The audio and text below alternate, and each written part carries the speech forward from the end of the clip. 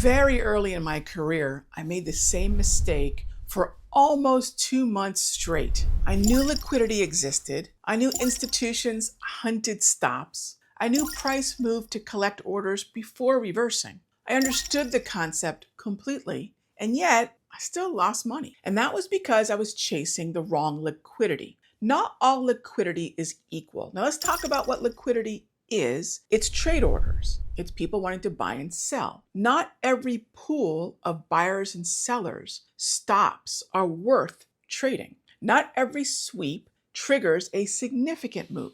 And nobody told me how to tell the difference. So after 30 years in these markets, that distinction, the right liquidity, that right pool of buyers and sellers versus the wrong liquidity, is one of the most valuable things I know. It's also one of the least taught. Today I'm going to fix that. So there's 3 pieces. The first piece, not all liquidity pools, remember we're talking buyers and sellers, are created equal. So here's the core problem. Most traders learn that stop clusters, groups of these orders, are liquidity. They find a swing high and a few stops sitting above it, and the price sweeps and they enter short. And then nothing happens. There's no follow through. Price keeps going higher. But why? Wasn't it supposed to reverse and move lower? The reason is that liquidity pool was way too small to really matter. It wasn't a reaction zone. So think of it this way. A liquidity pool is like a cash machine. Institutions need to fill massive positions. They're not trading 10 or 20 contracts. They're trading 1,000, 2,000 contracts. And a small ATM in a quiet neighborhood isn't worth the trip for them. But a vault inside a major bank, now that's worth moving an entire symbol, an entire market for. The size and significance of the pool of buyers or sellers, liquidity, determines whether institutions will engineer a move to collect it or fill those orders. So here's what makes a liquidity pool significant enough to trade. First, the longer a level has held without being tested, the more stop orders have accumulated around it. So if it's a resistance level, the stop orders might be just above. If it's a support level, the stop orders might be just below. Now remember, stops are just orders and people wanting to get in or out of the market. A swing high from, say, 6 weeks ago that price has approached 3 times but never broken, that's a vault. It's been collecting. Stops have been building there probably for the better part of those 6 weeks. And guess what? The institutions know it. How would you know it? Maybe there's a volume profile level. Maybe it's a point of control. Maybe there's a lot of open interest in a strike near that zone. There are ways we can recognize it. So when they finally sweep it, sweep is what? It means to fill. That move will be real. It will be real size. A random intraday high from 2 hours ago, not enough orders, not enough fuel. All right, the second thing, visibility. The more obvious a level is on the chart, how many times has it been tested? Is there volume there? Is there open interest on the strike? The more retail traders have placed a stop, usually again, just above resistance or just below support. So think of it this way. Previous week high, previous month high, psychological or clean round numbers, anything that ends in 1, 2, or 3 zeros. All are levels that every trader using basic technical analysis 101 has already marked. Those are the levels institutions target most aggressively, not because it's insidious and they're trying to hurt anybody. That's where the liquidity is. So one of the lessons I want you to think about right now is the market's not out to get you. It's out for the size. And if you're in that size, then yes, there's a chance you're part of the sweep. Because the more obvious the level, the bigger the pool of liquidity sitting just within it. Age plus visibility equals significance, right? It's obvious. That's your first filter. So maybe think about those levels that I just mentioned, the highs, the lows, the psychological levels. Make sure you mark those on the chart. All right, the second point, equal highs and equal lows. The institutional magnet. This is the most underrated concept in liquidity identification. And remember, liquidity, once again, don't get caught up in the jargon. It's people, it's orders, and it's hiding in plain sight on every chart. Every chart is mapping psychology, fear, greed. It's just mapped in a candlestick. Equal highs, two or more swings at almost the exact same price level. Equal lows, two or more swing lows sitting at almost the same price level. You might call it a double top or an M. You might call it a double bottom or a W pattern, right? Most retail traders see and think strong resistance or strong support. And then what do? They place their stops just beyond them, exactly where the institutions are looking. By the way, if you've ever been caught up in a false breakout or a whipsaw where it looked like it was going to break out and it did not, that's what it feels like. And that's what this liquidity sweep or grab feels like. Here's why equal highs and equal lows are magnets. They're obvious. Every time price returns to that level and fails to break, another wave of retail traders enter in the opposite direction. Short sellers pile in at those equal highs. They put their stops just above them. Long buyers pile in at those equal lows of that W or double bottom, and they put their stops just below it. Each failed test adds more stops to that pool of liquidity, to that pool of participation. By the third or fourth touch, the liquidity sitting just beyond that level is enormous. That's the size that institutions want, and they know it. That's not resistance holding. That's the trap being loaded. So when you hear about, oh, this is a bull trap or a bear trap, this is how you identify. So rather than it just being jargon, now you know what it looks like on the chart.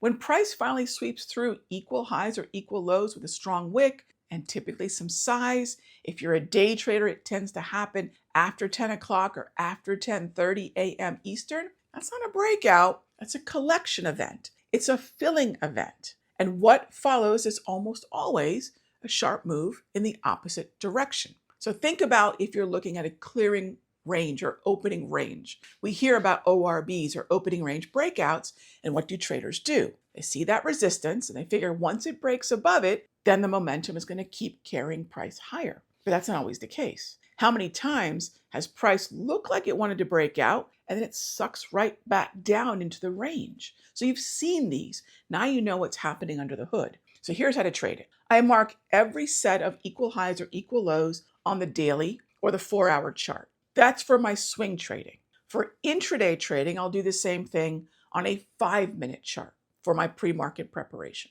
I treat them not as support and resistance, but as loaded traps waiting to be sprung. When price approaches, I slow down. When price sweeps through and wicks hard back inside, which by the way is going to look like a breakout or a breakdown, that's my signal confirmation candle. Sniper entry, the stop beyond the sweep. Target the opposite side of the range, and if you want, target the middle of the range. Oftentimes that's going to be a great preliminary target. Equal highs and lows are the clearest institutional footprint on any chart. And now by marking those levels we've talked about so far, you can learn to read them correctly. You don't need a fancy indicator for this. You need to see those M's and W's. You want to look at also at time of day, and you'll never look at another double top or double bottom the same way again. Like typical retail traders, you'll think about it as liquidity. If you wanted to see exactly how I mark these levels every morning before the open, what I do in my Sector Secrets Mastery is a pre-market preparation. And what am I doing? I'm pre-marking the levels that were double tops and double bottoms, resistance and support before the 9:30 bell. And I'll mark the levels on my chart, and I'll show you, if you take a look at the description below, how I do that, what time of day, what levels I mark, and some of these key turning points. So check out the description below, and you'll see I've shared those levels that I look at every single morning between 9:20 and 9:30 a.m. All right, so that brings us to point 3, the context filter. Why the right liquidity also needs the right timing. So here's the final piece, and this is the one that took me the longest to learn.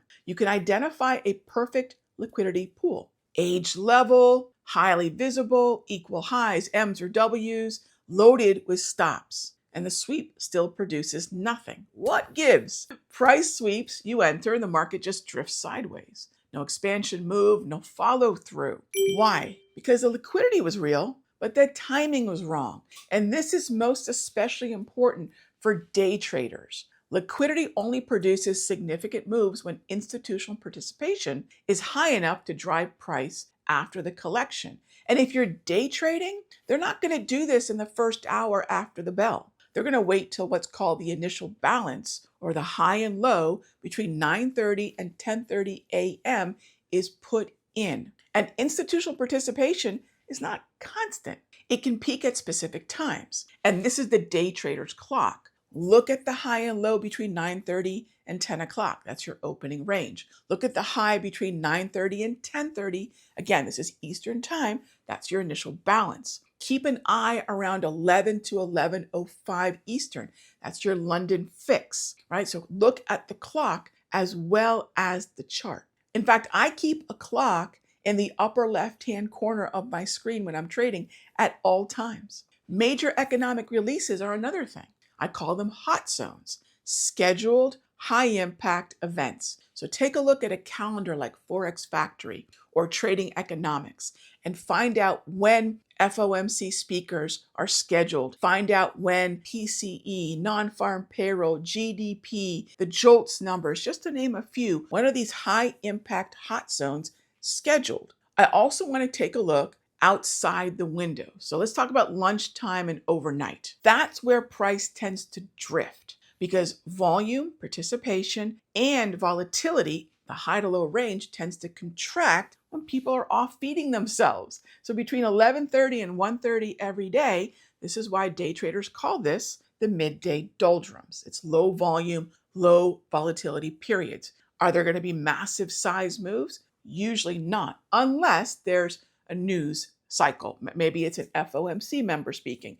Maybe POTUS is speaking. Maybe there was some sort of news announcement. But for the most part, institutions are not actively driving price between those doldrum hours of 11:30 a.m. to 1:30 p.m. They may sweep a level opportunistically, but there's usually not going to be enough there for significant follow through. Now, I would also add, in the first hour of the day, when you have your initial balance, if price has been able to escape the high to low between 9:30 and 10:30, there's typically going to be a drift continued in the direction of that break. So keep in mind also with liquidity comes market structure. Are we trending? Are we chopping? Are we stuck inside the initial balance range, or has price escaped outside of it? That's also going to be your directional bias. So here's the complete filter I apply before trading any liquidity pool. Again, groups of buyers and sellers. Is the level significant? Has it had multiple tests? Is it at a major psychological level? Is it at the clearing range high or low? Or that opening range? Is it at the initial balance high or low?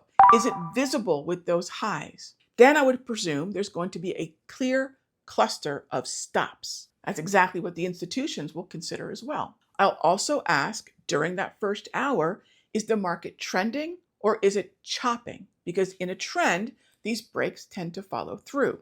One way you can identify the trend is price consistently above the 34 period exponential moving average. So again, is it aligned? Higher time frame trends supporting the direction of the move. If we have a raging bull market happening on the daily time frame, it's not that the intraday charts have to move in the same way, but they typically will. So keep in mind you understand the overall context of whether buyers are willing to continue higher because there's a bull market, or is it choppy? Is there a lot of news? Is there a lot of geopolitical tension where traders won't want to stick their necks out in those key new highs or new lows? All right, so is the timing right? So am I in a high participation window, right? So is it between 9:30 and 10:30? Is it between 9:30 and 10? Or am I in those midday doldrums where the participation might be lower? So again, think about that day trading clock. All of these must be considerations before I put on a trade. One missing piece, I'm going to pass.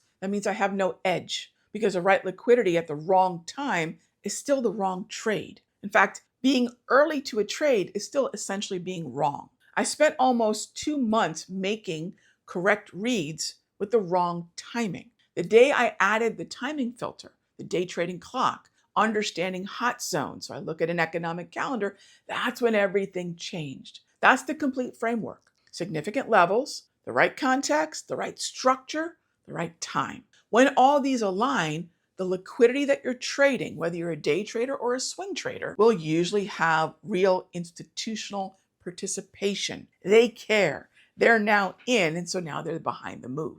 And that's the difference between a setup that works and one that just looks like it should. Keep in mind, you're never alone in your correct or profitable trades, right? There's no such thing as me being the only one that sees it, because participation means people. It means volume. It means liquidity. Here's what identifying the right liquidity comes down to.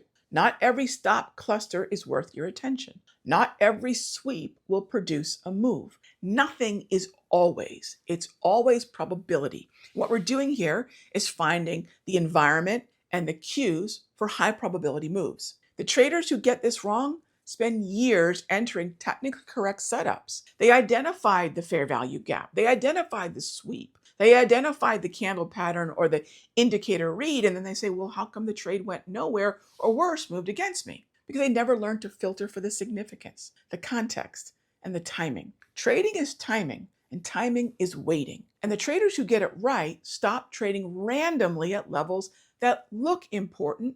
They wait specifically for those tested, those aged, visible, obvious, heavy loaded zones. Where the volume is, the size will participate, and that's what moves the market during active institutional hours. That's why those moves have momentum behind them. So 30 plus years of watching institutions move the markets all over the place, however they wanted, taught me one thing above all else.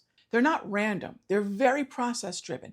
They're deliberate. They use size. And when you learn to see what they're targeting and when, you stop being the liquidity that they're collecting. You stop being the other side of their fill, and you become the trader who sees those moves coming. Now you know how to identify the right liquidity. The next step is building the complete entry framework around it. So when these setups appear, you execute with precision instead of hesitation. And that's exactly what I do in the Sector Secrets Mastery Monday through Friday with my traders. And that's exactly what the next video is going to cover. So go watch it, and I'll see you there.